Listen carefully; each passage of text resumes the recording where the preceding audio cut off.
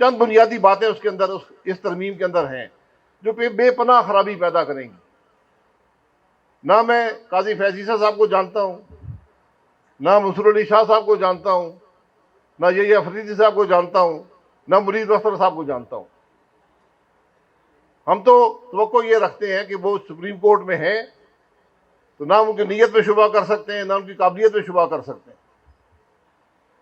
लेकिन जब ये तरमीम आती है और इस तरमीम के अंदर जो बदनीयती है उसकी सबसे बड़ी दलील ये है